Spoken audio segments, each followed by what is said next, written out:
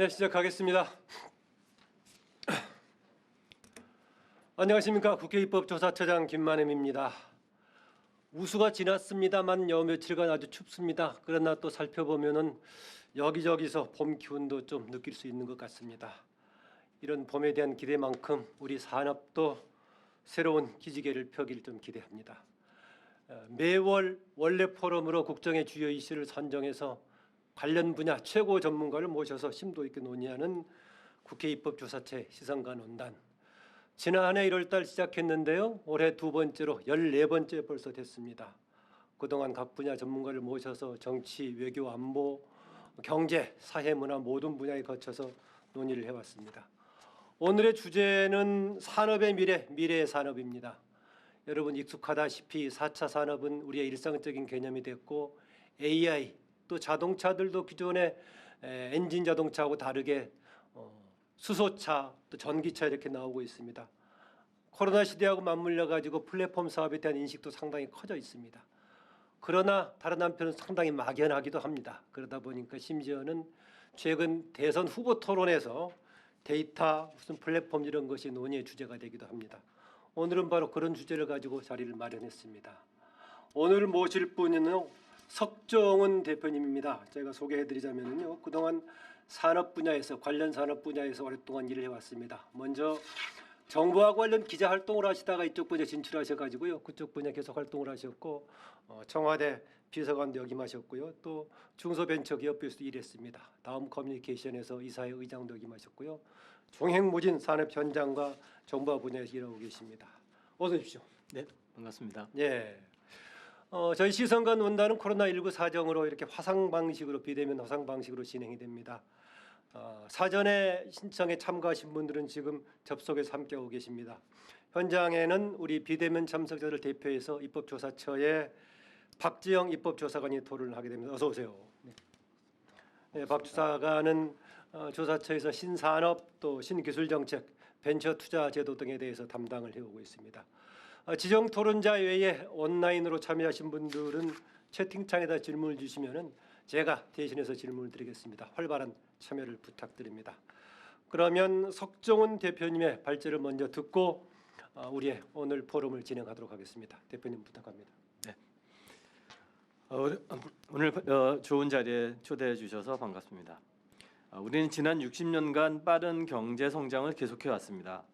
그 결과 높은 국제 경쟁력을 확보해 다양한 위기를 슬기롭게 극복해 가면서 이제 선진국 문턱을 막 넘어섰습니다. 이제는 미래 산업으로의 변화라는 거대한 물결을 마주하고 있습니다. 그런데 이 미래 산업은 단편적, 분절적으로 다가오는 것이 아니라 서로 연결되고 다른 분야로 확장되면서 게다가 변화의 속도는 무척 빠릅니다. 그리고 그 비중은 점점 더 크게 늘어날 것입니다. 이와 함께 경제 패러다임이 아마 20세기 후반, 21세기 초까지는 산업과 기업의 시대였다면 이제는 개인의 역량과 개별 직군의 경쟁력이 더욱 부각되는 그런 직업의 시대로의 변화하고 있다는 점을 우리가 주목해야 할 것 같습니다. 그 결과 이제 산업과 기업은 모두 어떻게 인력을 잘 활용하느냐, 또 국가적으로는 국민과 구성원들에게 어떤 일자리를 제공하느냐, 그다음에 개인에게는 내가 내 삶을 어느 일터에서 보내느냐가 가장 중요한 이슈가 되었습니다. 이런 흐름 속에서 고급 인력을 대거 보유한 빅테크 기업, 플랫폼 기업은 경제와 산업의 주역으로 떠올랐습니다. 또 우리의 경우는 제2벤처붐을 통해서 벤처 투자가 확대되고 유니콘 기업이 대거 탄생하는 등 산업 생태계는 이제 선순환 구조에 들어섰습니다. 그리고 이런 선순환 구조는 더더욱 많은 자본과 인력, 기술을 스타트업계로 몰려들게 하고 있습니다. 그러나 이런 벤처 산업의 창업의 열기는 또 한편으로는 기존 사업, 전통 사업의 저항, 또 디지털 격차, 기존 규제의 무력화, 또 직업 소멸 이런 갈등과 여러 어두운 측면까지 같이 부각시키고 있습니다. 새로운 서비스가 등장하면 기존 일자리가 없어지는 반면에 또 새로운 인력은 필요한 만큼 빨리 등장하지 않기 때문에 생기는 그런 이슈도 많아서 미래 산업 환경에 적합한 그런 인력 양성 시스템을 빨리 갖추는 노력이 절실해졌습니다. 이와 함께 기후 변화에 대응하기 위해 ESG 경영 같은 그런 적절한 그 환경에 맞는 그런 미래 규제 재설계에 대한 사회적 합의도 더욱 중요해졌습니다. 산업의 미래는 여러 변수가 복잡하게 얽혀서 서로 영향을 미치고 그 변화 속도가 빨라지기 때문에 이런 큰 흐름을 우리가 잘 살펴보면서 이런 상황에서 우리가 마주하고 있는 그 산업의 미래 또는 미래에 다가올 산업들을 어떻게 만들어가야 할 것인지에 대해 고민해야 할 것 같습니다. 네, 그럼 예, 아주 짧게 지금 서두를 열어주셨습니다. 조금 전에 말씀하신 기존의 산업이 말 그대로 산업과 기업 중심에서 이제는 주목할 부분이 개인의 역량과 직군에 주목하게 된다라는 건데 패러다임의 전환을 말씀하셨는데요. 그게 어느 분이 규정한 겁니까? 아니면 석 대표께서 정리한 것인 겁니까? 이게 뭐 학술적으로 정리가 돼 있는 건 아니지만요. 제가 이제 제 커리어를 기자부터 시작을 했는데 1990년대 중반부터 지금까지 한 30여 년 동안 이제 정보 산업 분야를 많이 보아왔고요. 또 경제 측면을 좀 관찰하면서 이전까지는 어떤 지정학적으로 혹은 역사적으로 혹은 기존의 경제적인 어떤 자산을 기반으로 그러니까 산업이 그러니까 특정 국가의 경쟁력을 이렇게 좌우하는 시대였다면 20세기 후반 1990년대 들어서면서 이제 정보 과학 기술이 빨리 발전하고 또 글로벌화가 이제 진행이 된 거죠. 조금 예시를 같이 하시면 설명 주신다면 어떻겠습니까? 이를테면 일반 시청자들을 위해서. 네, 이를테면 자동차 산업을 예를 좀 들어보면요. 이를테면 독일 혹은 일본, 미국 이런 특정 국가가 특정 자동차 산업이라는 한 산업에 이제 그러니까 중요한 카테고리를 차지하고 있었고 이런 산업이 발전하려면 예를 들면 철강이라든지 뭐 부품 산업이라든지 이게 그 어느 한 국가를 단위로 모여 있었습니다. 그런데 이제 이게 기업의 시대가 됐다는 건 뭐냐면 이젠 기업이 국가나 자본 혹은 자원이 있는 곳으로 쉽게 이동할 수 있게 된 거죠. 그래서 이제는 특정 국가가 특정 산업의 브랜드가 되는 것이 아니라 특정 자동차 회사의 브랜드가 그 회사가 예를 들면 현대자동차가 한국에서만 자동차를 만드는 것이 아니라 미국에서도 또 중국에서도 자동차를 만드는 게 된 거죠. 그런데 이제 개인의 직업의 시대가 됐다는 얘기는 뭐냐면 이런 이 기업의 시대를 지나서 이제는 테슬라 같은 회사는 미국의 철강 산업이나 미국의 자동차 조립 공장이 없어도 테슬라가 가지고 있는 데이터, 정보통신 기술을 이용해서 자동차를 만들어낼 수 있는 세상이 된 겁니다. 지금 이제 예전에는 금융산업, 서비스 산업, 화학 산업, 제조업 그러면 그 기업에 따른 특정한 직군들이 있었지만 이제는 데이터 분석가, 인공지능 전문가 이런 직군들은 각각 어느 분야에서도 다 이제 필요한 인력이 되어간 거죠. 네. 그렇군요. 지금 이제 국가 단위를 넘어서는 것이 기업의 시대부터 이제 변화의 변수로 얘기를 하셨는데 더구나 지금 4차 산업 시기에는 국가 간의 경계가 무의미할 정도로 네트워킹이 돼 있다라고 말씀하셨는데 그러면서 동시에 국가 경쟁력을 강조한단 말이죠. 언뜻 조금 모순된 것처럼 보이기도 하는데 이런 정말 글로벌 시대에서의 국가 단위의 경쟁력이라는 것이 어떤 의미를 갖는 건가요? 저는 이제 국가 단위의 경쟁력은 그 국가 이제 이 국가는 뭐 정치적인 의미에서의 국가도 있겠지만 저는 이제 경제 시스템이라는 측면에서 이제 국가를 놓고 보면 그 체계 안에 시스템 안에 얼마나 뛰어난 인력들이 많이 모여 있느냐 이게 결국 그 국가의 경쟁력을 좌우한다고 봅니다. 그러니까 어느 나라에 얼마나 미래 미래 기술을 선도할 역량을 가진 인재들이 많이 있느냐가 중요할 것이고요. 좀 더 앞부분으로 가서 말하면 그 어느 국가가 어느 경제 시스템이 이런 인재들을 잘 길러내느냐. 혹은 길러내지 못한다면 다른 시스템에서 길러낸 인재들이 이 국가에 와서 일할 수 있도록 하느냐 그런 뭐 법률 체계라든지 문화 시스템이라든지 이런 걸 갖추고 있는지가 그 국가의 경제 분야에 있어서 경쟁력을 좌우한다고 볼 수 있을 것 같습니다. 새로운 산업을 얘기를 하면은요, 기존에 있던 전통적인 산업에 여기에 ICT를 포함한 새로운 첨단 기술이 같이 결합하는 양식이 하나 될 수 있겠고, 아예 영역 자체가 새로운 뭔가 산업이 등장한 게 될 수가 있겠는데, 그걸 구체적으로 예시해 준다면 어떤 걸 들 수 있겠습니까?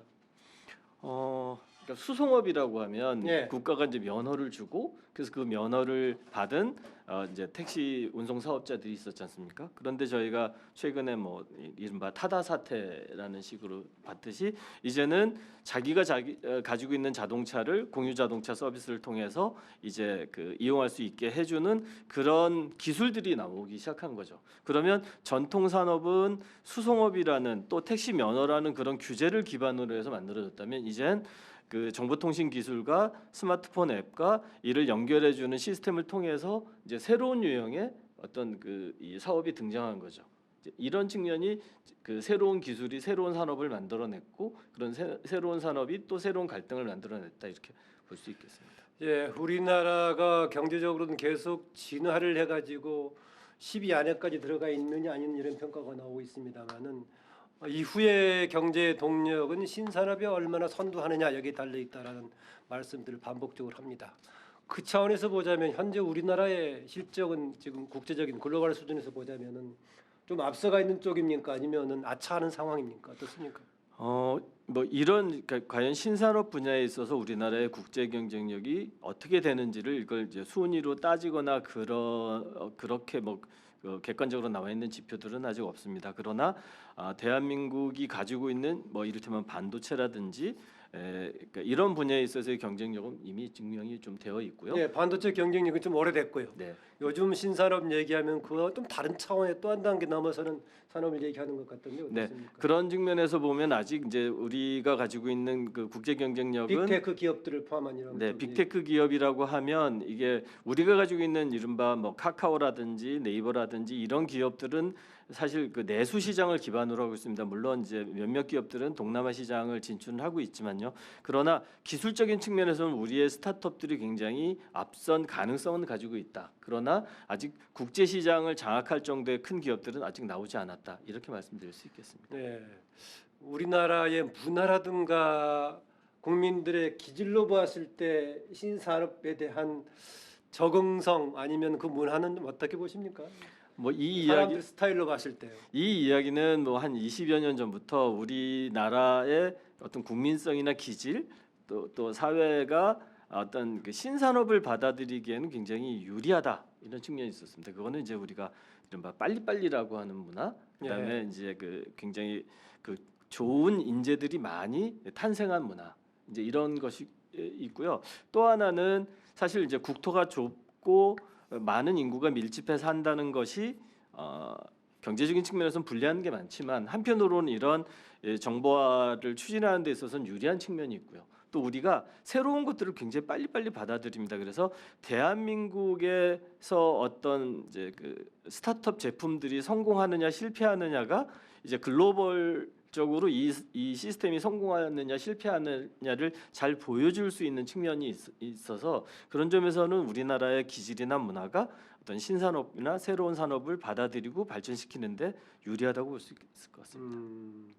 K-팝을 비롯한 문화에서의 최근에 주목받는 것만큼 신산업 분야에서 평양에서 비례해서 좀 기대를 해볼 수 있다 이런 판단이신가요? 네, 뭐 이 앞에 K자를 붙이는 것이 한때 큰 유행이었지만 제가 보기에는 K 스타트업도 굉장히 유망한 분야이고 그래서 예. 신산업 분야에 있어서도 지금 대한민국의 젊은 기업들 앞으로 세계 주역으로 등장할 날이 올 것으로 기대해도 좋을 것 같습니다. 그 지금 말씀하신 분야는 대체로 보자면은 민간의 자율성, 민간의 창의성이 굉장히 중요시되는 분야처럼 제가 인상이 되는데 그럼에도 불구하고 산업 정책이라고 얘기한다면 국가가 택하는 거 아니겠습니까 정부가 이게 둘 간에 어떻습니까? 잘 조화를 이루고 있습니까? 아니면은 정부의 정책이 지금 요구만큼 따라가지 못하고 있는 겁니까? 어떻습니까? 제가 뭐 그 정부 정책 전반에 걸쳐서 이제 그래도 관련 정책 분야 비서관도 하셨고 실장도 하셨고 했었는데요. 제가 맡았던 또 제가 몸담았던 영역으로 보면 상당히 조화를 이루었다 이렇게 볼 수 있습니다.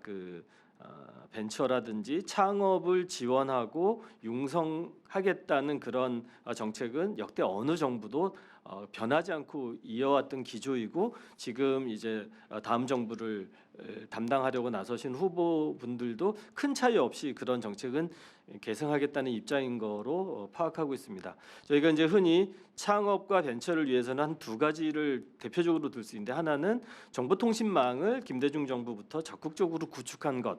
그것이 결국은 그러니까 인터넷 그 뒤로 이어지는 모바일 또 인공지능까지 연결되는 그런 초석을 닦았고요.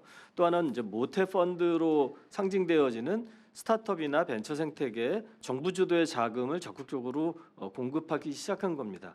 이제 정부가 과연 이런 자금을 공급하는 것이 바람직한지에 대한 논란은 아직도 일부 남아 있지만 적어도 시스템이 생태계가 제대로 작동하기 전에는 정부의 적극적인 참여 기여가 저는 성공적이었다고 봅니다. 다만 이런 그 적극적인 역할과 함께 한편으로는 이런 신산업의 등장이 아까 말씀드린 새로운 갈등을 만들어내기도 하고 또 다른 전통 산업의 어떤 그 몰락이랄까 이제 경쟁력을 잃어가는 것에 대한 그 배려도 필요한데 이를 위해서는 선제적으로 규제를 재설계하거나 이제 그 이해관계를 잘 조정하는 역할을 해야 되는데 이런 부분에 있어서는 좀 시대 변화에 비해서 정부 정책이 조금 앞으로 좀 맞춰져야 속도를 맞춰가야 할 그런 필요는 있다고 봅니다. 네, 정부 정책 이야기하면은 지원 정책과 규제에 관한 정비 양면성을 볼 수가 있을 건데요.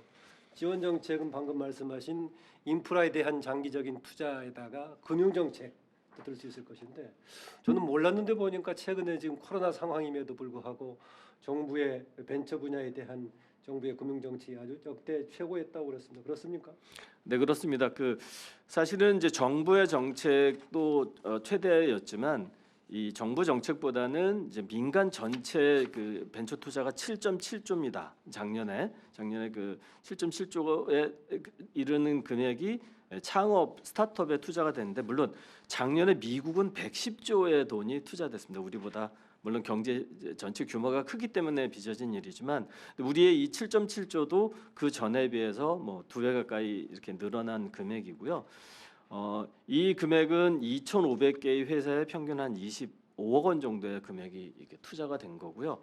정부가 투자한 금액보다는 이제는 민간의 비중들이 굉장히 커졌습니다. 왜 민간이 이렇게 정부에 적극적으로 투자를 하냐면 물론 양적 완화라든지 이제 그 유동성이 자금 유동성이 풍부해진 때문에 투자처를 찾은 그 민간 자금이나 기업의 자금들이 벤처 쪽으로 많이 들어온 것, 또 쿠팡이나 배달의 민족이나 이런 유니콘들이 등장하면서 성공 사례가 확인된 것 이런 것들이 이제 자금들을 많이 모아놓게 됐고요. 또 대기업들도 기존에는 내부적인 역량으로 혁신을 추진하다가 이제는 내부적인 역량 외에 스타트업과의 연계를 통해서 혁신과 신산업 동력을 찾겠다는 그런 니즈에서 기업 내부에서도 CVC라고 부르는데요. 그러니까 코퍼레이트 벤처 캐피탈이라고 부르는 기업 자금을 이용한 벤처 투자의 열기도 굉장히 강해졌습니다.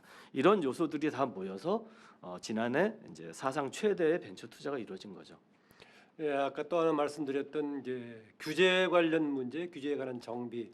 최근에 우리 조사처에서 보고서가 나오게 됐습니다만은 일단 규제 관련해서 규제 샌드박스 뭐 이것도 분야별로 하고 있는데 실효성이 그렇게 뭐 시원찮다라는 얘기도 있는데 그런 상황들은 어떻습니까?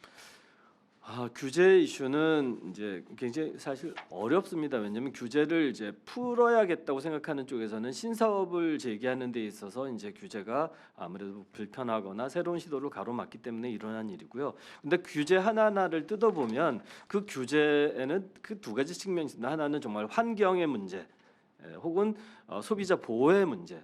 혹은 아직 확인되어지지 않은 어떤 부작용에 대한 우려의 문제 이런 이슈들이 있는 부분이 하나 있고요. 또 하나는 이해관계의 충돌이라는 측면이 있습니다. 어느 규제를 풀면 그 규제 때문에 보호를 받았거나 그 규제 때문에 이익을 받았던 계층들이 반발하는 이슈가 있습니다. 이래서 이런 그 확인되지 않은 있을지 모르는 부작용이나 우려 혹은 가치관의 충돌, 환경이 더 중요하냐, 환경보다는 경제 성장이라든지 신산업의 도입이 중요하냐는 것에 대한 합의, 합의 구조 이런 것들이 잘 만들어지지 않은 것, 그다음에 이해관계 충돌에 정리가 돼 있지 않은 것 이런 부분들이 사실 밑바닥에 깔려 있고요. 물론 여기에 이제 일부 지적하는 어떤 뭐 공무원들이 개인의 뭐 그 어떤 그 공무원의 권리랄까 권한 기득권을 놓지 않으려는 그런 측면들이 있습니다.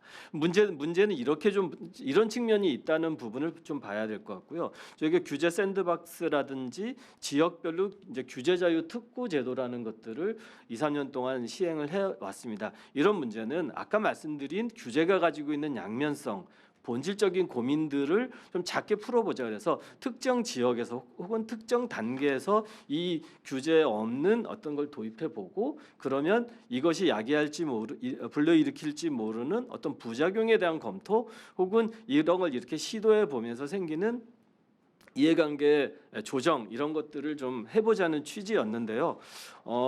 이제 그 사실은 규제 샌드박스를 통해서 한 것들이 이 신사업을 추진하는 쪽에서 보면 이게 정말 빠른 속도로 바뀌어야 되는데 이 규제 샌드박스를 운영하는 체계 자체도 그렇게 빠르게 적응하지 못하기 때문에 아쉬움이 있다 이런 소리가 나오고 있는 거죠. 예, 그 뭐 신산업의 박재영 조사관 질문 준비해 주시고요. 신산업 여러 가지 특징 중에 하나는 또 변화가 빠르고 또 승패가 쉽게 날 수도 있고 또 예전 못지않게 그만큼 집중화되기 쉽다라는 점도 얘기가 되고 있습니다. 창의성 얘기하면은 뭔가 다양한 여러 가지 가능성이 있어야 되는데 자칫하면은 빅테크 중심으로 우리가 기존의 산업에서 재벌 얘기하듯이 집중돼서 새로운 창의력이 오히려 소진돼 버릴 수 있는 그런 여지 같은 건 없는 건가요? 어떤가요? 크지요. 오히려 경제력의 집중 플랫폼 쏠림 현상이 굉장히 크게 나타납니다. 이럴 수밖에 없는 게 특정 서비스가 나타나면 그 서비스를 먼저 만들어낸 쪽에 이를테면 메일 서비스 혹은 검색 서비스 혹은 메신저 서비스를 우리가 지금 바로 경험했거나 현장에서 보고 있습니다. 그리고 이게 네트워크 효과라고 해서 내가 쓰는 그 서비스를 다른 사람들 많이 써야 그 서비스를 좀 더 편리하고 잘 이용할 수 있거든요. 그렇게 해서 거기에 익숙해지면 그 플랫폼 하에서 거래를 하고 또 금융 서비스를 이용하고 이제 다양한 경제 활동들을 하게 됩니다. 그렇게 되면 이제 그 집중 현상이 더욱 강화될 수밖에 없는 거고요. 이런 집중 현상이 강화되는 것 자체는 그 문제가 아닐 수 있습니다. 네. 그거 자체가 편리해지는 거니까요.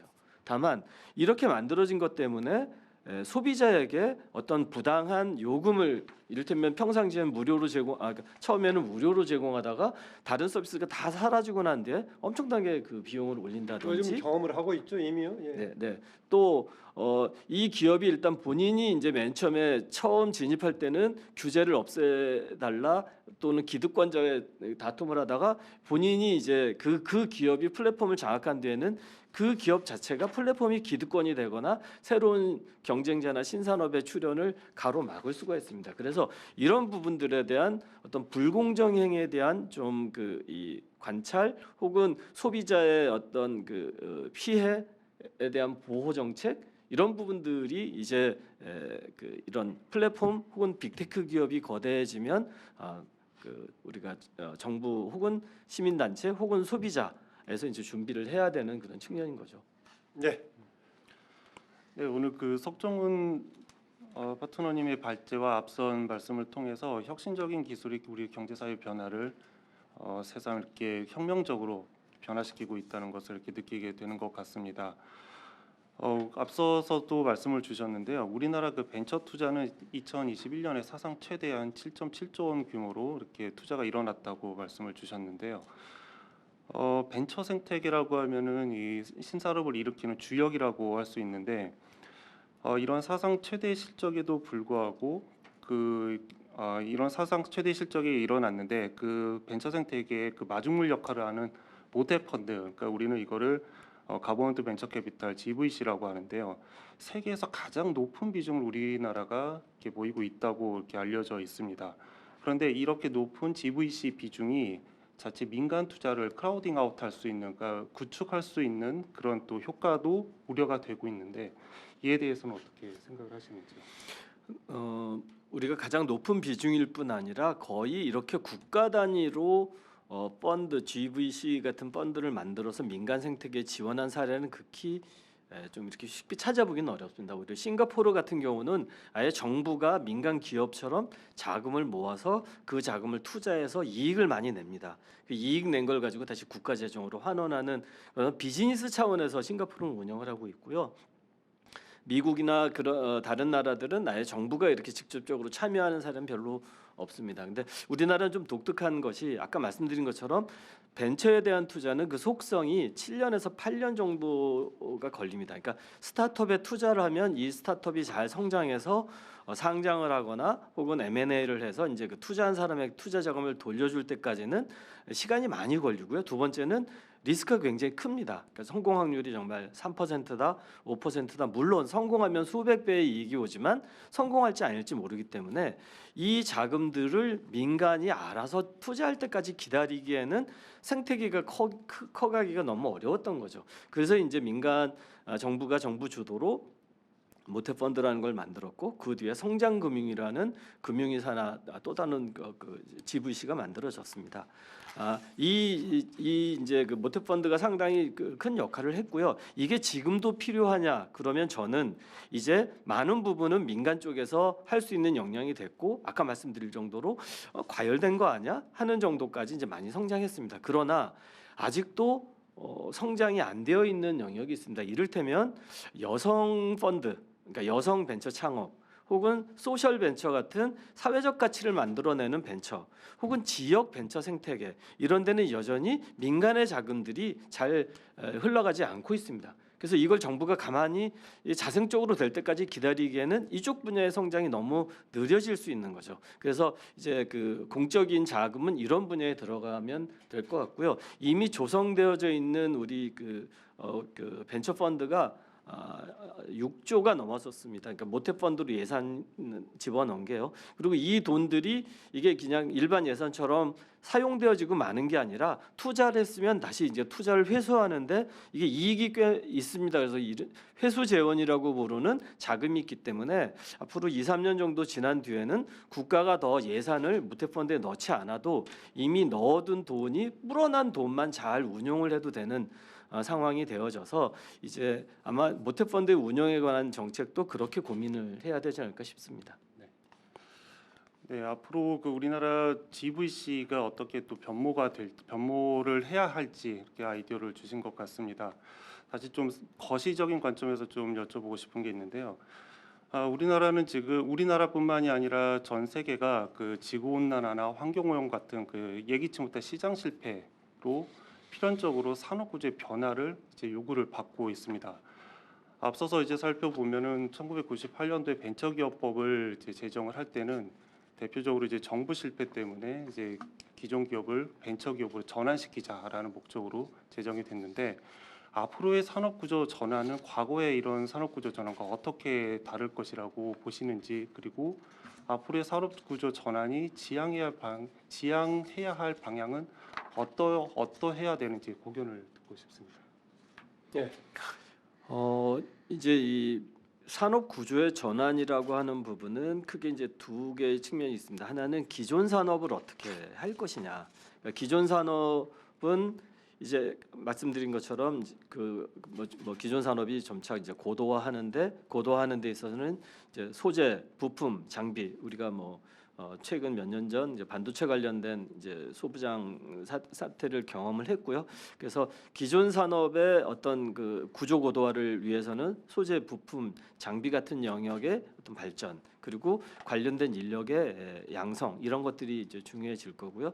또 하나는 이제 미래 산업 분야에 대한 신산업의 성장에 대한 지원입니다. 근데 이 미래 산업은 아까 계속 비슷한 말씀을 드리고 있지만 신산업은 기존의 산업에서의 발전하는 것과 이제 정보통신, 인공지능, 또 메타버스 이렇게 다양한 영역들이 융복합하면서 발전해 나가고 있어서 이런 새로운 물결을 빨리빨리 받아들이는 그런 흐름으로 산업구조 전환이 이제 일어날 것이고, 그래서 이런 것에 대해서 우리가 어떻게 지향해야 되냐 하면 저는 사실은 이미 민간의 많은 영역들이 아까 이제 산업 정책의 시대 때는 국가별로 이루어졌고 그래서 국가가 자원을 배분하는 것이 가능했고 유의미했고 유효했습니다. 그러나 이제는 기업의 시대를 넘어 개인의 역량과 어떤 직업의 문제가 좀 더 중요해졌기 때문에 국가가 이 신산업에 관한 어떤 정책을 고민해야 될 때는 어떤 이런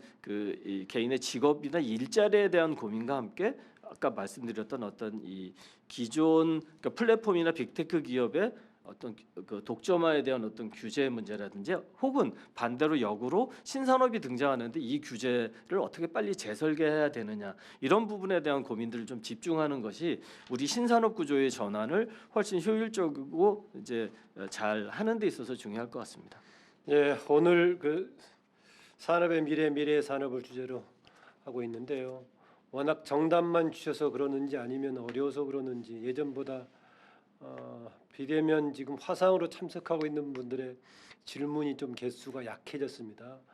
나중에 한꺼번에 몰렸을 때는 반영하기 어려우니까 미리미리 질문 주시기 바랍니다. 그 산업의 변화, 사회의 변화를 얘기할 때 많이 나오는 것 중에 하나가 앞으로 미래에 사라질 직업군 또 새롭게 등장할 직업군 얘기를 합니다. 마침 지금 산업의 변화 구조를 과거의 산업과 기업에서 개인의 역량과 직군의 시대로 직업의 시대로 바뀌었다라고 얘기하는데 어떻습니까? 새롭게 등장할 주목할 만한 산업 분야 좀 구체적으로 본다면 어떤 걸 짐작할 수 있겠습니까? 이를테면 이제 인공지능 개발자 혹은 데이터 분석가 또는 이제 메타버스라는 상황, 메타버스라고 하면 이제 가상 공간인데 가상 공간에서 실제 공간과 같은 예술, 게임 혹은 업무가 이루어지는 그런 엔터테인먼트, 상거래 이런 것들이 이루어지는 것을 이제 메타버스라고 볼 수 있는데요. 이런 메타버스 설계 이런 일들이 이제 새로운 직업이 될 겁니다. 그런데 사실 이렇게 없던 직업이 새로 등장하는 것뿐만 아니라 이를테면 그러니까 홍보 업무를 예를 들면 이전에는 홍보하는 대상의 매체가 신문 혹은 방송 그 굉장히 이제 집중된 소수의 영향력 있는 매체들을 통해서 홍보 담당하는 사람은 그 매체에 자기가 담당하고 있는 제품 혹은 기업에 관련된 정보를 어떻게 많이 알리느냐가 중요한 일이었고 여기에 맞는 기능, 직능 역할을 했으면 됩니다. 그러나 지금은 매체가 굉장히 많이 다양해졌어요. SNS만 해도 굉장히 많아졌고 또 요즘은 유튜브라든지 그런 SNS를 이용하는 사람들이 많아졌습니다. 제가 일하고 있는 그런 회사 같은 경우에서도 우리가 일하고 있는 회사의 주 고객은 새로 회사를 만들거나 아니면 이런 회사에 투자하려는 의사를 가지고 있거나 이런 곳에서 일하고자 하는 생각을 가지고 있는 사람들에게 제가 일하고 있는 회사를 잘 알려야 되는 게 홍보 담당한 사람의 역할입니다. 그런데 옛날처럼 미디어 매체 환경이 달라졌기 때문에 이분은 이제 기자들에게 회사를 잘 소개하고 보도 자료를 잘 만드는 일을 당연히 해야 되지만 그게 아니라 데이터를 분석해서 특정 플랫폼에 어떤 유형의 고객들이나 청취자들이 많이 모여 있는지 어떤 시간대에 어떤 그 내용의 정보를 던졌을 때 그 정보에 대한 반응이 높은지를 잘 분석할 수 있는 능력이 갖춰져야 이게 홍보 일을 잘할 수 있게 된 거거든요. 네. 그래서 새로운 직업의 유형이라는 게 그러니까 없던 유형의 직업이 생기기도 하지만 기존에 하고 있었던 일의 내용이나 성격 혹은 필요한 역량이 달라지고 있는 거죠. 네. 네. 새로운 산업의 등장이라는 것이 새로운 환경에 대한 뭔가 부응하기 위해서 요구에 부응하기 위해서 새로운 사람이 등장하기도 하고 그와는 별도로 또 새로운 산업이 마주해야 되는 환경이 있을 겁니다. 예컨대 지금 나오고 있는 탄소 중립의 문제도 그렇고 인구 구조의 변화 같은 것도 그런데 특히 지금 인구 구조 관련 질문이 있는데요.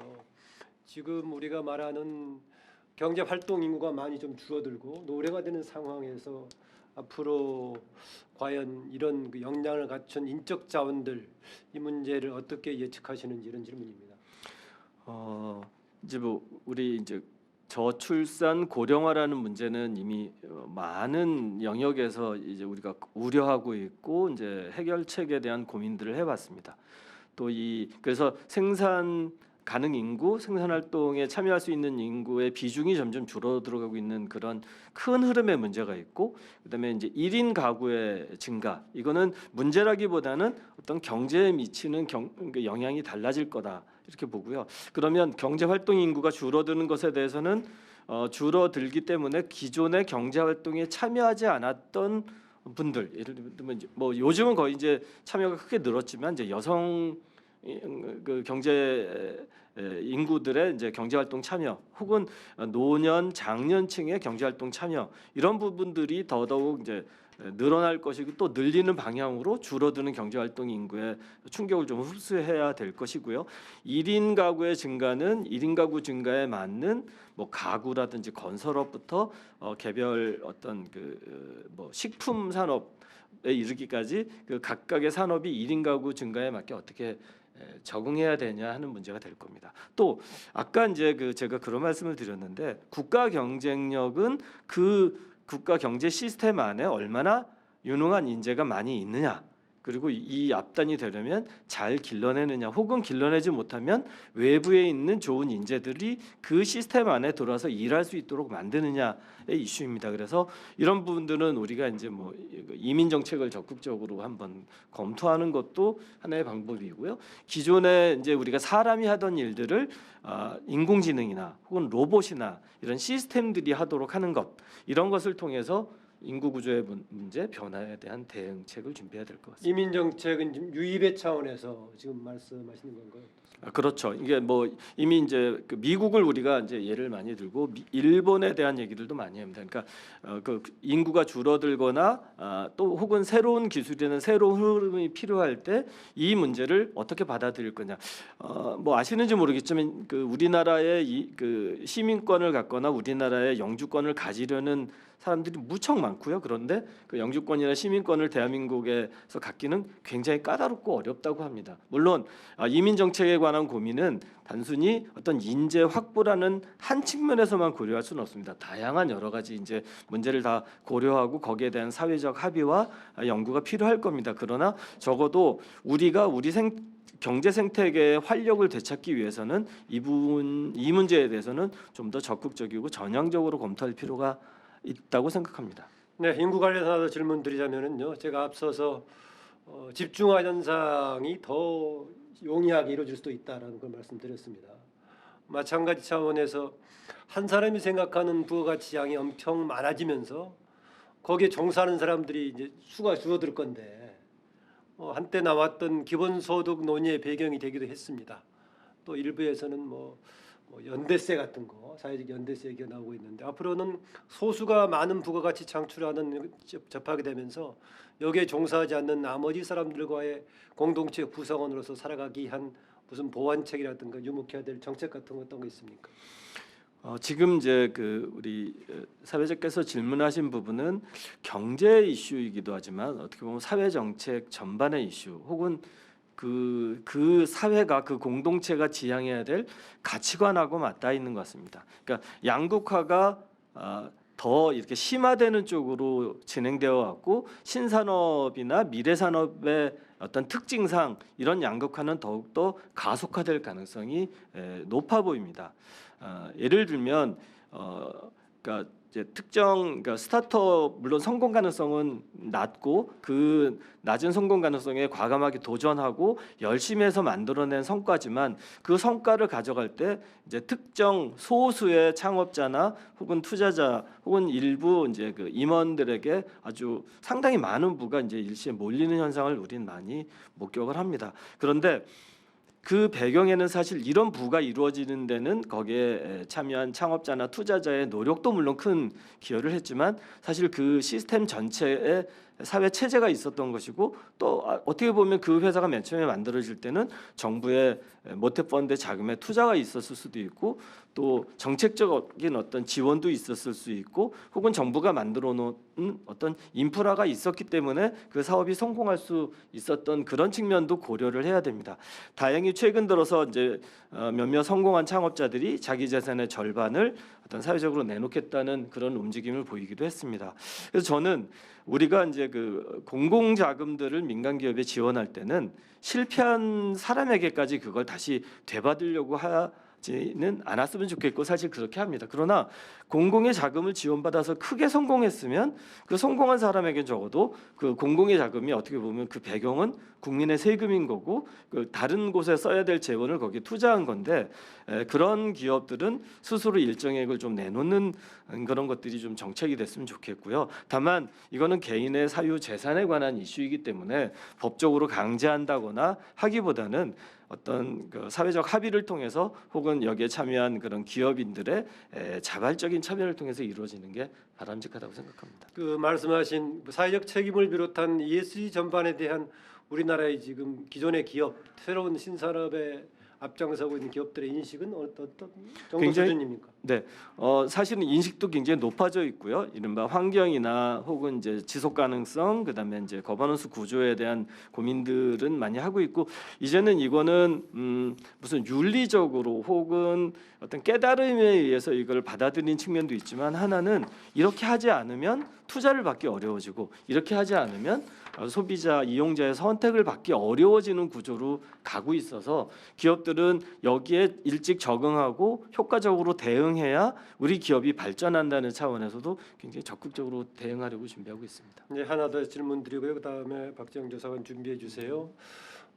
지금 맞이하고 있는 게 또 하나가 지금 이제 기후 문제가 우리 중요한 환경이 되고 있는데 어제 뉴스인가 보니까 삼성전자 유럽 쪽에 지분을 가지고 있는 쪽에서 지금 탄소세 관련에 대한 삼성전자가 대책을 내놓지 않으면 문제가 생길 소지가 있다라고 했는데 결국은 에너지 자원의 문제 아니겠습니까? 현재 나오고 있는 신재생 에너지로의 대체를 얘기하고 있고 심지어는 여기에 원자력 분야를 어떻게 볼 것인가 논란까지 되고 있는데 우리나라의 지금 신재생 에너지에 대한 대책 상황 어떻습니까? 정부에서 지난해 2050 탄소 중립 선언을 했습니다. 그래서 이제 거기에 근데 뭐 길게 남은 것 같지만 사실은 이제 탄소 중립을 2050년에 이루려면 지금부터 차근차근 준비를 해야 되고 이제 서둘러 가야 될 측면도 있습니다.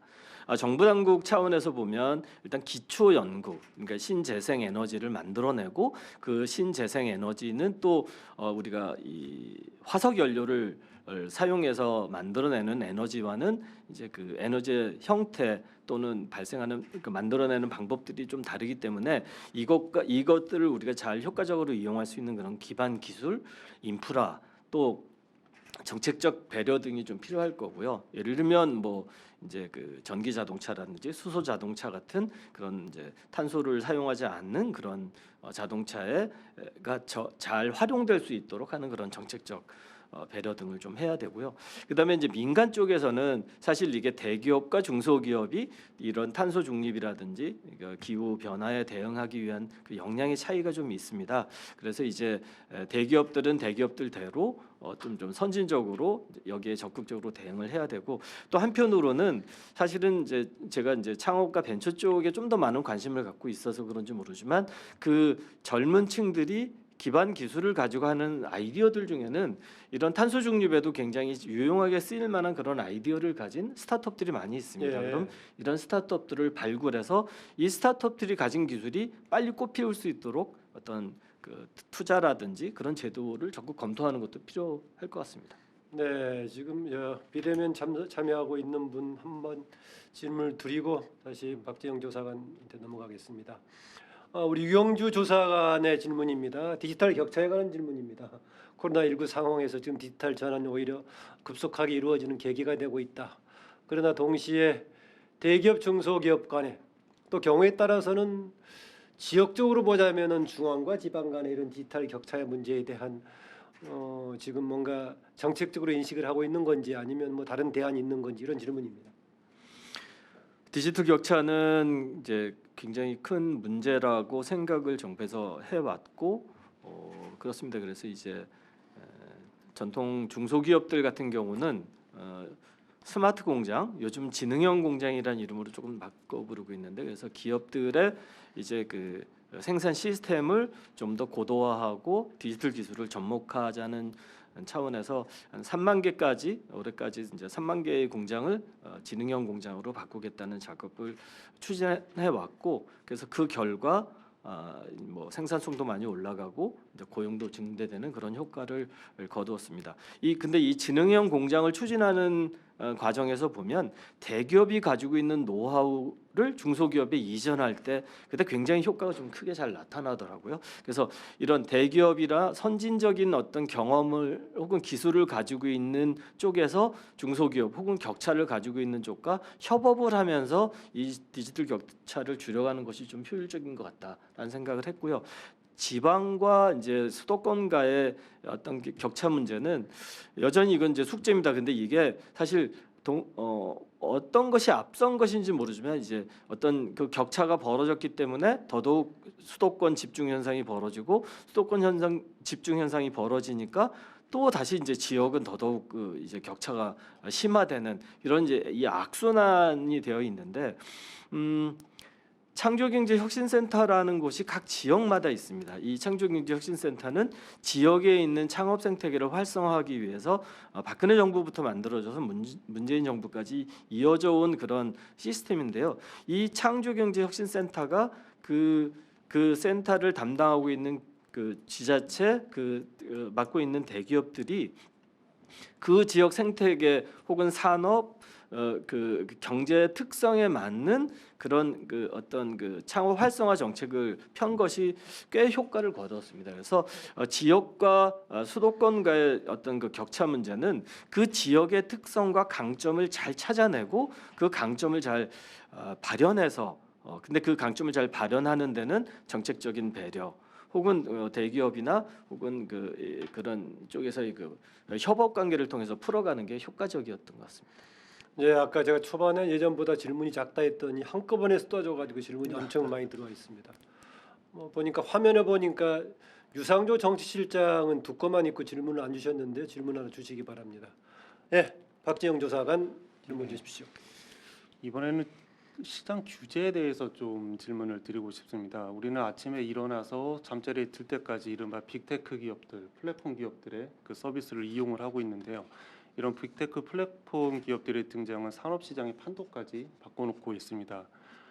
이런 기업들의 서비스나 이런 비즈니스를 보면은 확실히 혁신적이고 우리 삶에 많은 영향을 주고 있고 또 긍정적으로 또 우리 이용자들이 또 생각을 하고 있는데 반면에 승자 독식이라고 하는 이 독과점 문제는 계속해서 규제의 필요성을 또 이야기를 하고 있습니다. 그렇지만 혁신적인 비즈니스를 창출해 나가고 있는 이런 벤처 기업들의 꿈 역시 승자 독식입니다. 그런데 이렇게 승자 독식을 해나가는 기업들에 대해서 시장에선 규제를 해야 되는지 이런 규제 관점에서의 고견을 듣고 싶습니다.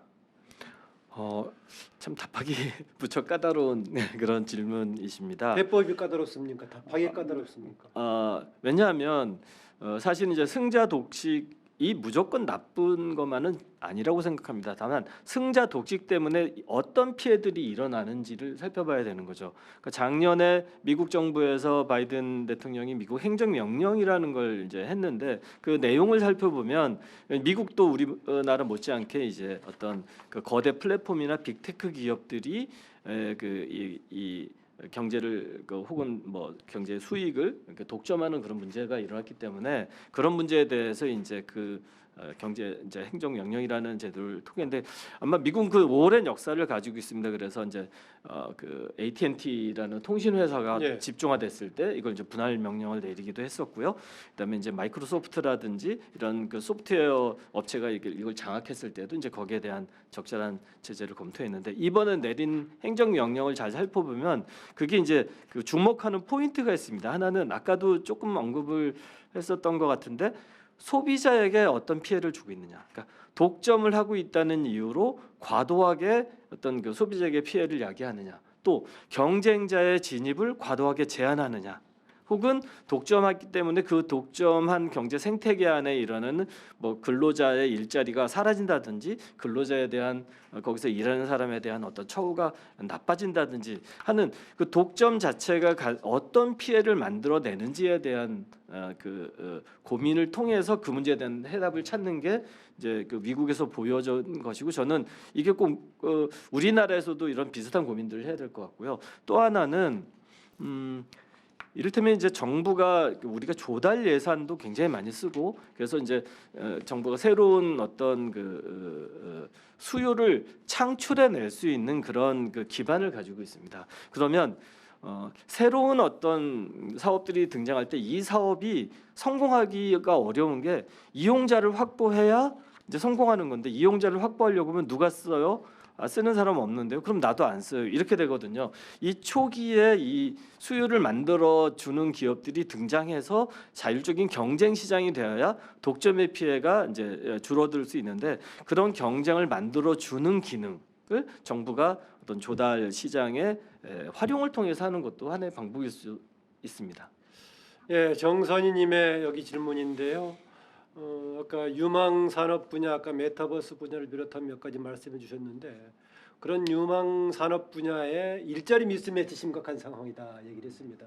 유망하다고 하는데 거기에 대한 참여할 자원 자산들은 준비가 안 돼 있다는 얘기인데 여기에 대한 해법 질문입니다. 네, 뭐 유망 산업뿐만 아니라 말씀드렸지만 뭐 특정 기업의 브랜드들이 나오지만 요즘 뭐 네카라, 쿠베, 당토 뭐 이런 말이 있습니다. 뭐 네이버, 카카오, 뭐 쿠팡, 뭐 이 당근마켓, 뭐 토스 이런 그래서 이 기업들은 젊은 사람들이 또 혹은 뭐 나이 많은 경력자들도 다 일하고 싶어하는 그런 직장입니다. 뭐 이제 복지나 급여 수준도 높고 또 하고 있는 일들이 굉장히 유망한 일들이 많아서요. 그런데 이렇게 이런 곳에서 일하고 싶은 사람이 많으면 이 회사들은 행복한 비명을 지를 것 같습니다. 이렇게 일하고 싶은 하는 사람이 많으니까 골라서 쓰면 되니까요. 그러나 이 회사들은 고질적인 인력난에 신음하고 있습니다.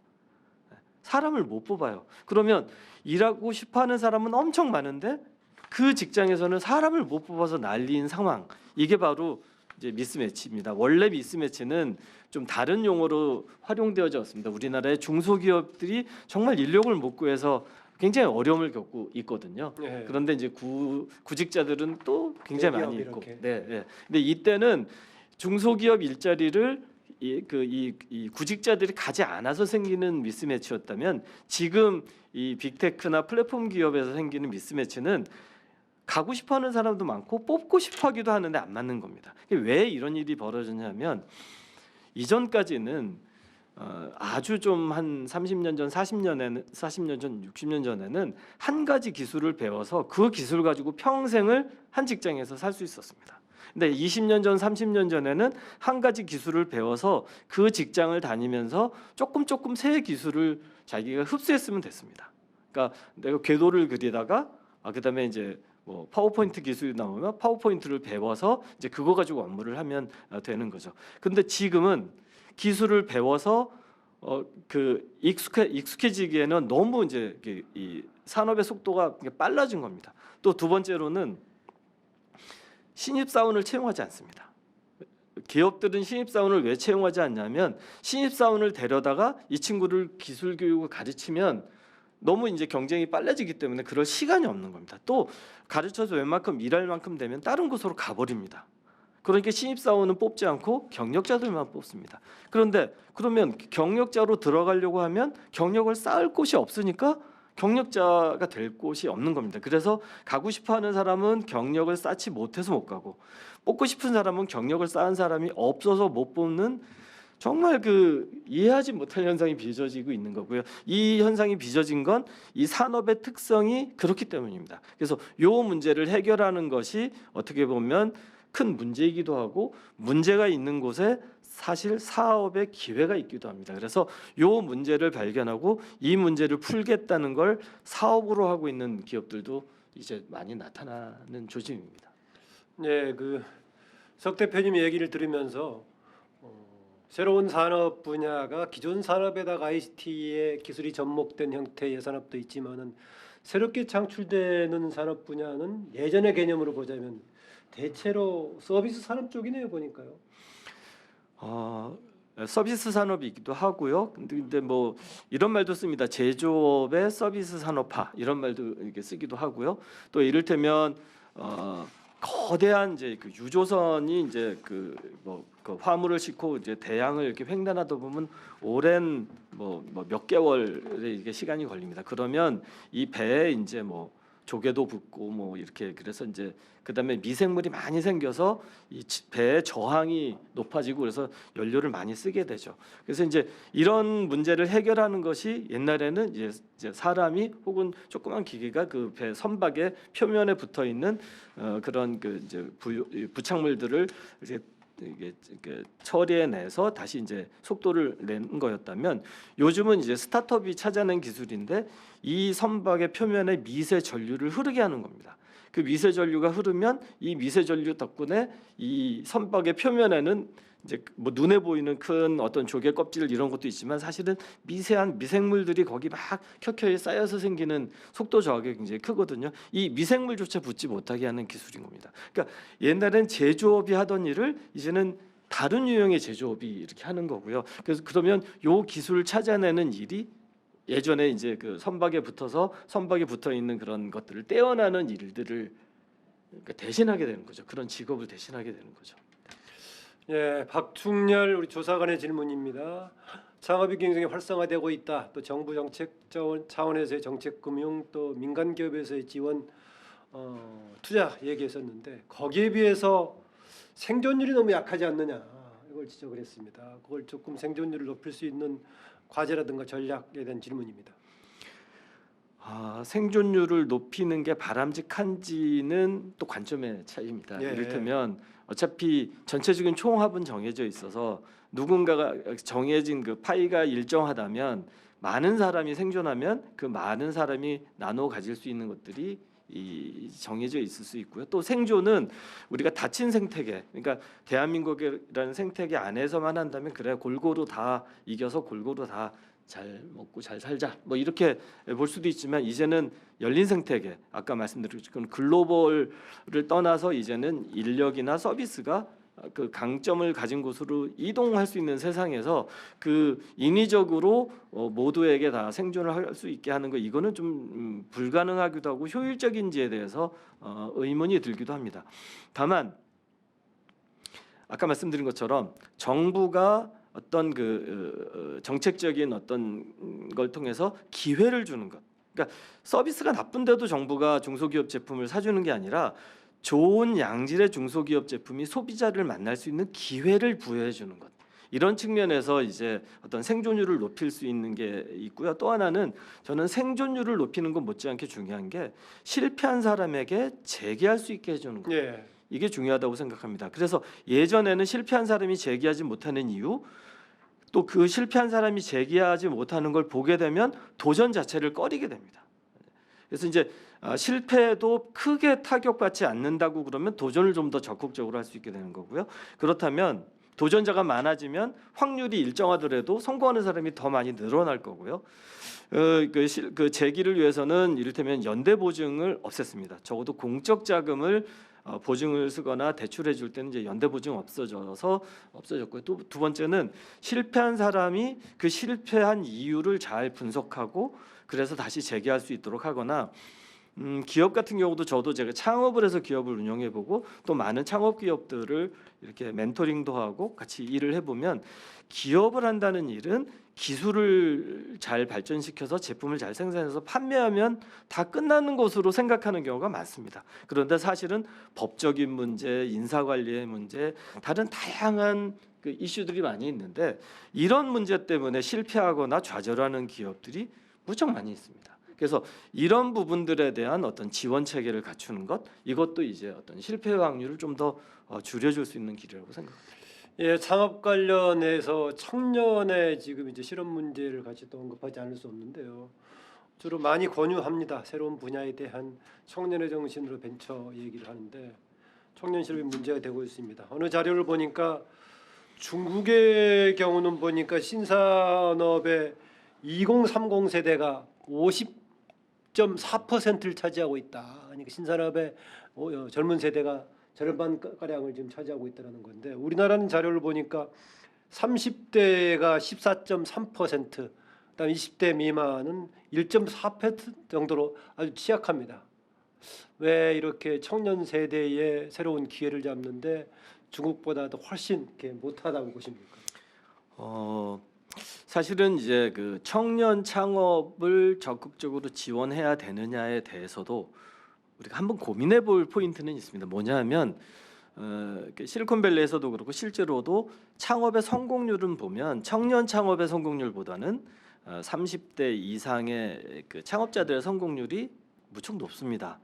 왜냐하면 그만큼 어떤 경험을 갖고 자기가 특정 분야에서 쌓은 지식, 그러니까 이공계 같으면 박사학위를 갖고 있는 정도, 그다음에 기업 연구소에서 특정 분야에 대한 연구를 오래 한 정도, 바이오 벤처라고 하면 전문의 자격을 가지고 실제 병원에서 그 분야의 어떤 진료를 오래 해온 경험을 가지고 있는 분이 그 기술과 아이템을 가지고 창업한 것과 이제 대학을 막 졸업하고 막 어떤 아이디어 하나를 가지고 창업한 것이 이제 그 성공할 확률을 따지면 성공할 확률이란 측면에서 보면 오히려 아주 젊고 어려서 창업하는 것보다는 어느 정도 관련 분야에 대한 지식과 경험이 좀 농축된 상태에서 창업하는 것이 더 바람직한 측면이 있고요.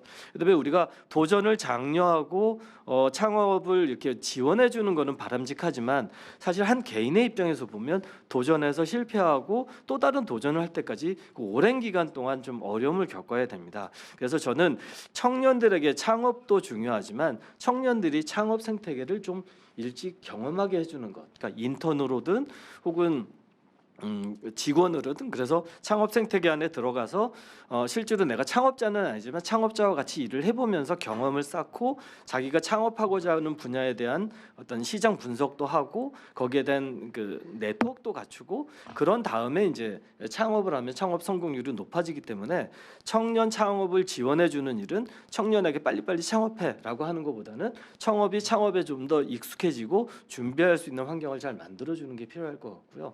그다음에 우리가 창업이라고 할 때 크게 이제 혁신형 창업이라고도 부르는데 스타트업이라고도 부르고, 그래서 스타트업은 뭐냐면 세상에 존재하는 문제를 혁신적인 방법으로 해결하겠다는 그 방법을 찾아내서 그 방법으로 인해서 굉장히 빠른 시간 안에 엄청난 속도로 성장하는 것, 이게 스타트업입니다. 근데 발전하는 속도가 엄청나게 빠른 속도가 아니면 그렇게 그럴 거로 보이지 않으면 스타트업이라고 부르진 않습니다. 우리가 그걸 이제 뭐 용어가 좀 그렇지만 생계형 창업이라고 부르기도 합니다. 사실은 누군가는 자본이나 기술이 그렇게 크지 않은데도 어떤 일을 시작할 수 있는 거거든요. 이런 생계형 창업은 어떤 혁신형 창업에 대한 지원과는 좀 다른 포인트를 봐야 되는데, 이를테면 입지 분석이라든지 상권 분석이라든지 또 이 수익 구조라든지 이런 것에 대한 어떤 지원이 좀 더 필요하다고 생각을 하고요. 그래서 이렇게 좀 갈래를 좀 나누어서 그 특성에 맞는 어떤 그 정책 지원이 고민되어야 될 것 같습니다. 그러면은 그 50%가 넘는 중국의 경우가 좀 특이한 환경에서 비롯된 거라고 보시는 겁니까? 네, 그 자료는 제가 오늘 처음 들어서 예, 예. 과연 그 자료가 이제 어떤 기준으로 어떤 데이터에서 나왔는지는 좀 모르지만 아마 우리가 20대가 이제 1.4%라는 기준도 사실 제가 현장에서 만나는 그 창업자들은 굉장히 젊은 창업자들도 훨씬 많이 더 나와 체감하기는 있습니다. 더 많은 네, 것 같다. 예, 알겠습니다.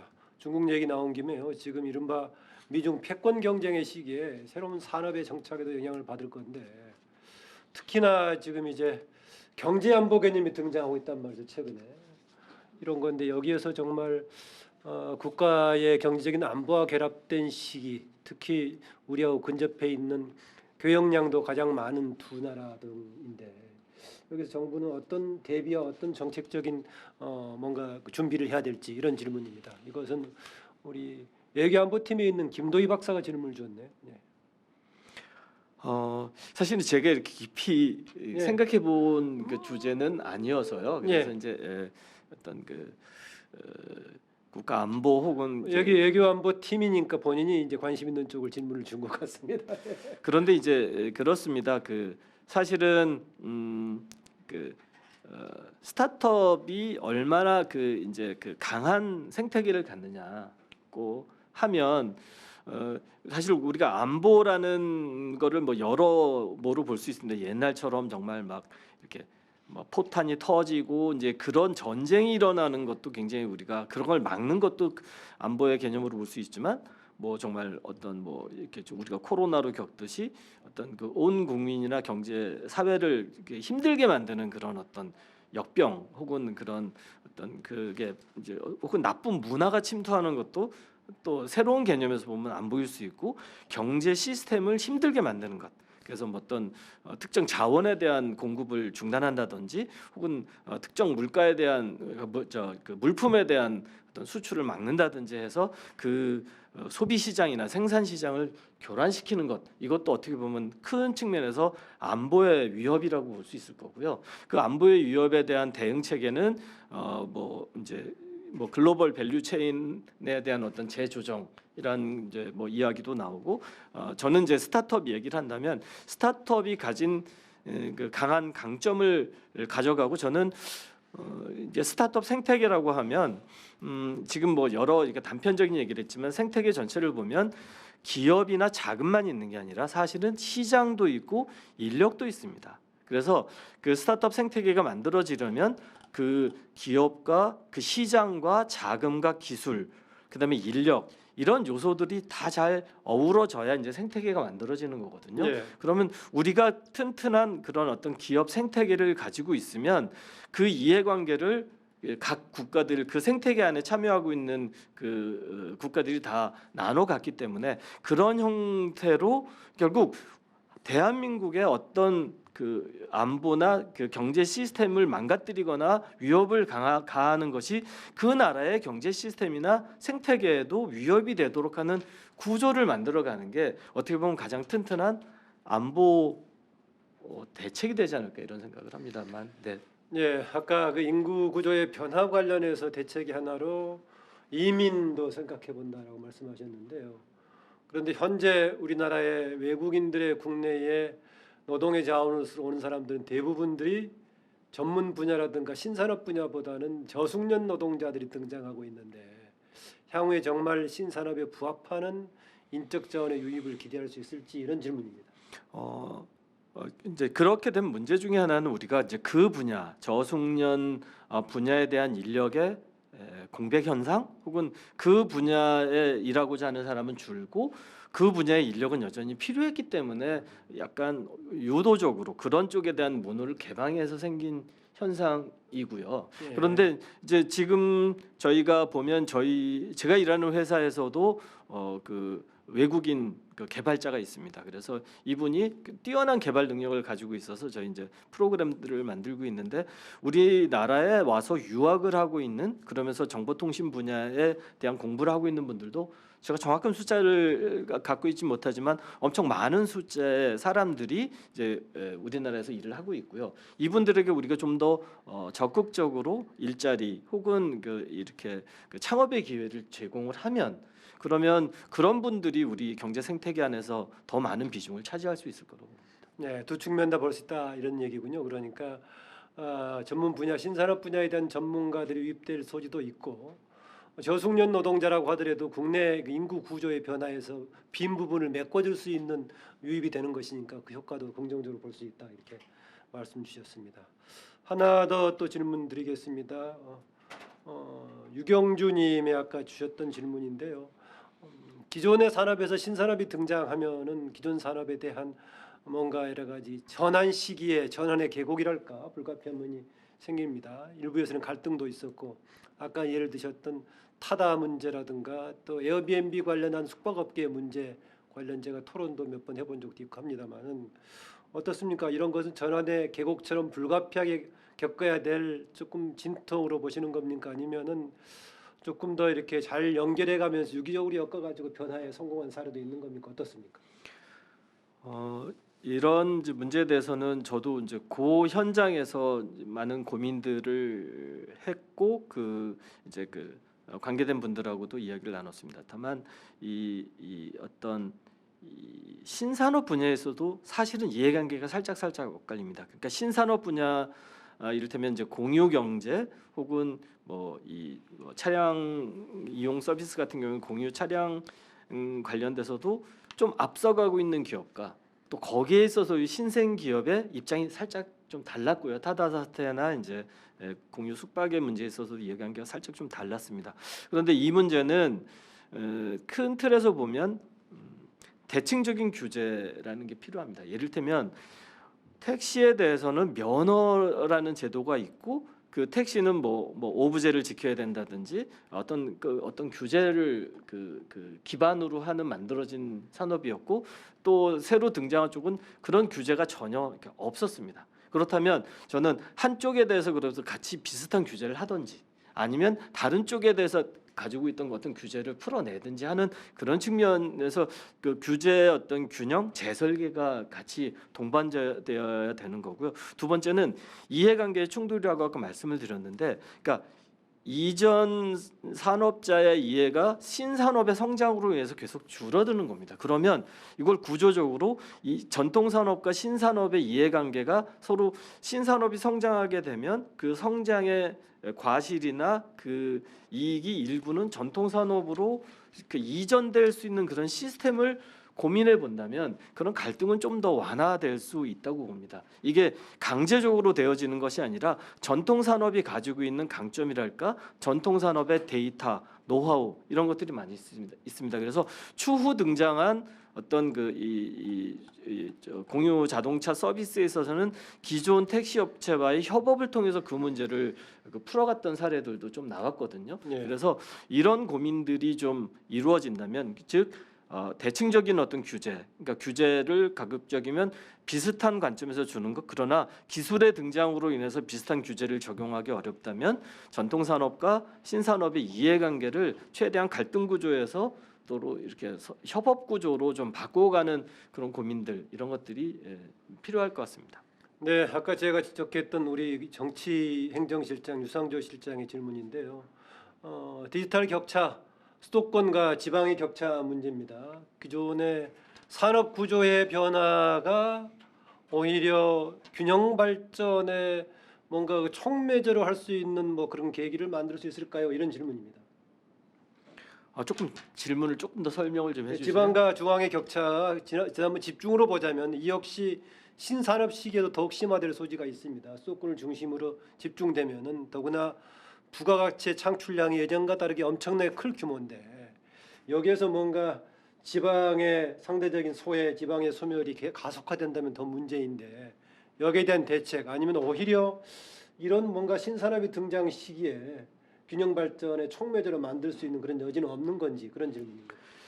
이제 이런 우리나라에 벌어지고 있는 문제에 대한 해결책을 찾을 때 때로는 미국의 사례를 좀 이렇게 들여다봅니다. 그러면 물론 미국과 우리나라는 여러모로 다르기 때문에 우리가 이제 그걸 바로 적용할 수는 없지만, 왜냐하면 우리보다 좀 더 일찍 어떤 그 산업의 발전 단계를 거쳤다면 이제 거기서 생기는 문제도 먼저 일어났을 것이고 그걸 어떻게 해결했는지를 좀 볼 수 있는데요.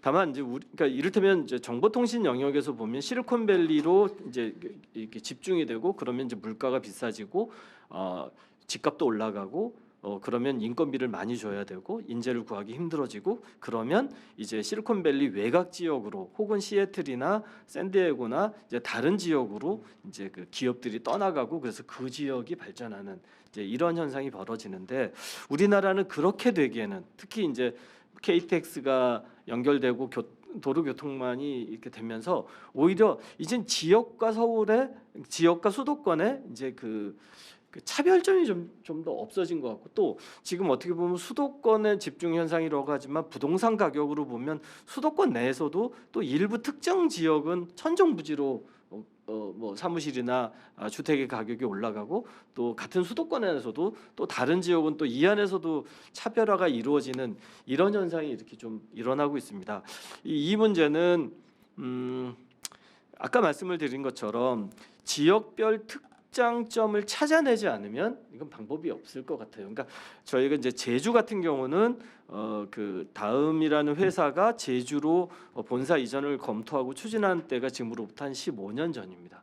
그 당시에는 제주라는 곳이 창업이나 스타트업과는 굉장히 관련 없는 곳이었는데 지금은 뭐 창업의 섬, 벤처의 섬이라고 부를 정도로 제주를 기반으로는 다양한 창업 벤처 생태계가 만들어졌습니다. 그건 제주라는 특성과 장점을 잘 활용해서 벤처 생태계를 접합을 했는데요. 이를테면 뭐 지금 특정 제주가 유지가 잘 되고 있으면 다시 뭐 서울로 귀환 이런 보도도 가끔 나오던데. 제주 지역을 기반으로 하는 생태계 스타트업들은 굉장히 많이 만들어져 있고요. 네. 그래서 잘 진행 생태계는 잘 만들어져 있습니다. 그래서 그 지역이 가지고 있는 그런 강점, 이를테면 그 지역에 스토리가 있고 그 지역의 음식이랄까 또 풍경이랄까 역사랄까 문화랄까 그런 강점들을 잘 특화시키는 방향의 전략이 결국은 지역과 수도권과의 어떤 그 집중 문제를 풀어가는 그 답이 되지 않을까 이렇게 생각을 합니다. 예, 장은덕 이덕나님의 질문인데요. 우리나라 지금 교육 체계에서 신산업에 이렇게 뭔가 조응하게끔 교육 체계가 지금 변화돼 있나요? 하는 질문입니다. 사실 이제 산업 현장에서 있다 보면 그 산업 현장의 흐름보다 좀 많이 늦어져 있다고 늦어져 있다. 보여지는 게 이제 정치 또 교육 이런 부분입니다. 근데 이 부분은 그쪽 그 영역이 특별히 뭔가 잘못되어져서가 아니라 그쪽 영역의 속성상 이제 그 정치라는 것은 현상이 벌어지고 그 현상을 반영해서 그걸 정책화하거나 법제화하거나 그걸 기반으로 다시 예산이나 다른 정부의 공적 리소스를 투입하는 방향으로 진행되기 때문에 예. 그 변화 그다음에 그러니까 기업은 사실 어떻게 보면 단순한 원리에서 움직입니다. 이게 이익이 돼 이게 좀 더 많은 수익을 만들어낼 것 같아 이런 측면에서만 보면 의사결정을 하면 되지만 이제 정치나 정책의 영역은 이게 이해관계 조절이라든지 이제 그 다양한 영역에 대한 어떤 그 배려 이런 것들이 필요하기 때문에 좀 늦어질 수밖에 없습니다. 교육은 더 한 걸음 더 나가서 이제 교육을 받으려는 혹은 교육의 필요성이 제기되는데 그 교육을 해야 될 사람을 길러내는데 또 시간이 많이 걸리는 거죠. 예. 교육과 관련돼서는 꼭 드리고 싶은 말씀이 있었는데 하나는 아까 이제 어떤 그 이 신산업이나 신기술이 가져오는 사회 갈등 혹은 부작용 뭐 범죄 이렇게까지 이어지는데 이 문제는 저는 이제 칼을 예를 많이 듭니다. 날카로운 칼이 있어요. 근데 이 날카로운 칼로 요리를 하거나 이제 그런 작업을 할 땐 되게 유용합니다. 근데 이게 흉기가 되면 더 위험해지는 거죠. 그러면 그 흉기가 될 위험이 있으니 칼은 날카롭게 만들지 말자, 계속 둔탁하게 만들자 이런 입장을 갈 거냐, 아니면 사람은 본성적으로 어떤 범죄를 저지를 수 있고 악용할 수 있으니 그런 본성의 문제에 대해서 좀 더 고민을 할 거냐. 그러니까 앞으로 기술이 계속 발전할 것이고 새로운 현상들이 계속 나타날 것인데 이걸 위해서라도 사실은 초등학교부터 어려서부터 어떤 윤리교육, 인성교육 어떤 사람과 사물에 대한 기본적인 관점에 대한 교육 이런 것들이 하나 필요한 것이고요. 두 번째는 이제 아까 이제 직업의 시대 또 새로운 어떤 그 이제 인재 필요 이렇게 실제 현장에서 필요로 하고 있는 인력들이 현장에서조차 기업에서조차 우리가 사람을 채용해서 교육하기엔 너무 늦어. 이제 기술을 이미 갖고 있는 사람만 우리는 데려다 쓰겠어라고 하고 있는데 학교에서는 그보다 더 늦어진다면 학교 교육 시스템을 좀 더 기업 현장이나 여기에 밀접한 그래서 인턴십이라든지 실제 실무 교육 저희는 이걸 텍스트북, 플레이북, 플레이그라운드 이렇게 셋으로 나눕니다.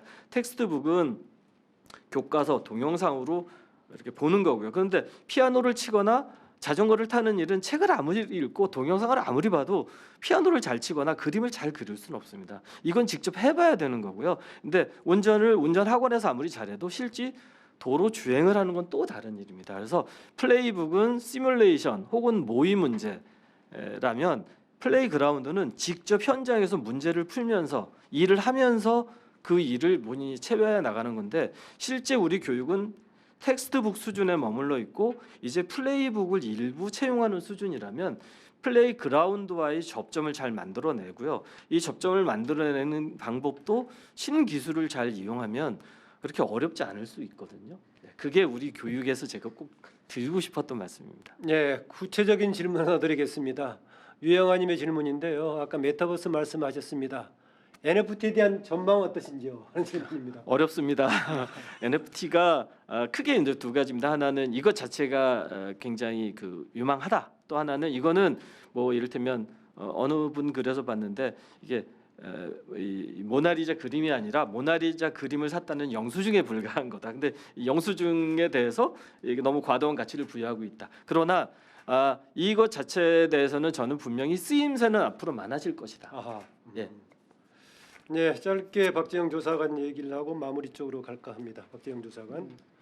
네, 스타트업과 인재, 인력에 대해서 말씀을 많이 주셨는데요. 그 스타트업과 같은 그 혁신 기업이 우수 인재 확보 수단으로 활용하고 있는 스톡 옵션, 그러니까 주식 매수 선택권에 대해서 좀 여쭤보고 싶습니다.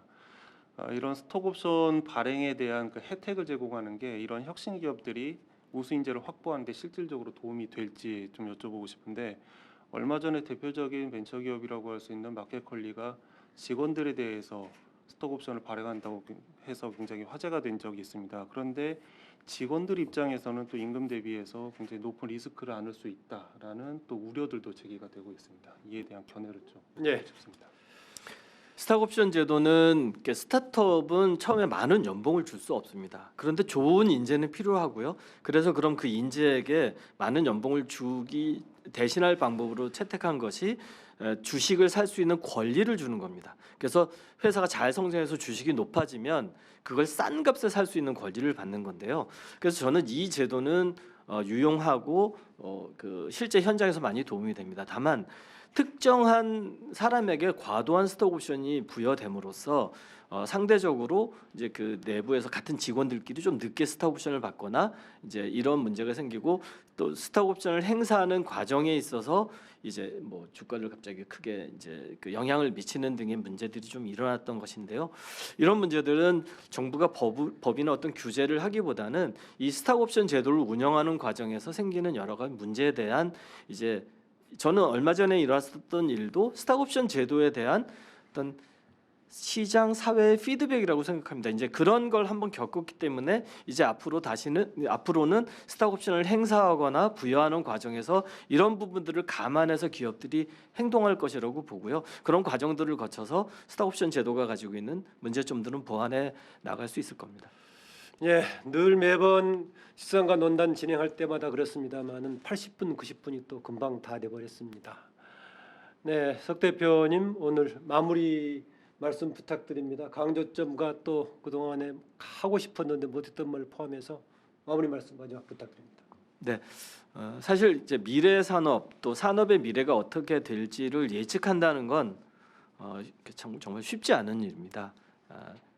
그러나 사실 그렇게 또 어렵거나 막연한 일만도 아닌 것 같습니다. 지금 우리가 다 내다보는 것처럼 이제 정보화의 기술은 더욱 발전할 것이고, 인공지능이나 또는 메타버스나 어떤 가상 공간의 어떤 그 영향력은 더 커질 것이다. 그리고 그럼에 따라서 개인이 혹은 사회가 안게 되는 어떤 문제점이나 부작용도 크게 일어날 것이다. 이런 큰 맥락은 이제 맞는 거고요. 그렇다면 여태까지 아까 말씀드린 일부 영역에 있어서는 이 기술 발전에 좀 반응이 늦었다면 이 반응을 좀 더 빨리빨리 하는 것이 이 부작용을 줄이고 이거 효율을 높일 수 있는 길이란다면 그걸 효율화하고 빨리 할 수 있는 쪽으로의 어떤 그 대비책을 좀 찾아야 될 것이고요. 그다음에 이제 뭐 아까 교육의 문제도 말씀을 드렸지만 우리 사회 구성원 전체가 어떤 그 이 미래 방향이 이렇다는 걸 알고 우리가 이런 문제를 부작용을 줄여가고 이것이 가져올 어떤 이점을 잘 활용하자는 어떤 공감대를 갖고 적극적으로 만들어간다면 그 미래는 그렇게 불안하거나 막연한 건 아니라고 생각합니다. 오늘 자리가 그런 것에 대한 각자 좀 생각할 거리 혹은 해답을 찾는 계기가 되었으면 좋겠습니다. 네, 스티븐 고맙습니다. 네. 네, 지금까지 오늘 14회째 시선과 논단이었는데요. 우리의 지금 4차 산업혁명과 더불어 나타나고 있는 새로운 산업 분야, 이 산업 분야에 대한 미래에 관해서 이런저런 얘기를 해봤습니다. 오늘 포럼 토론을 통해서 여러 가지 의견이 제시가 됐는데요. 국민들도 시청자의 신산업 분야에 대한 이해를 높이는 좀 계기가 됐으면 좋겠고요. 또 국가 산업 정책에도 반영되어 있는 여러 가지 자료가 있을 걸로 생각이 됩니다. 또 국회 입법 정책을 지원하는 입법조사처의 이후에 입법 지원 활동에 귀중한 참고 자료로 활용을 할 것입니다. 다시 한번 오늘 발표를 해주신 석정은 퓨처플레이 파트너님 다시 한번 감사드리고요. 또 화상을 통해서 온라인으로 참여해주신 여러분들께도 감사를 드립니다. 오늘에 이어서 다음 달 3월 30일이 15회째가 되겠는데요. 그때는 교육 이어서 이번에는 언론을 주제로 합니다. 이준웅 서울대 언론정보학과 교수를 모시고 우리 사회의 변화와 갈등, 언론의 역할은 무엇인가, 레거시 미디어와 또 뉴미디어의 공존시대, 언론의 회복을 원하다 이런 주제로 하게 됩니다. 계속해서 입법조사처의 시선과 논단에 많은 관심과 참여를 부탁드립니다. 오늘은 여기서 마치겠습니다. 고맙습니다.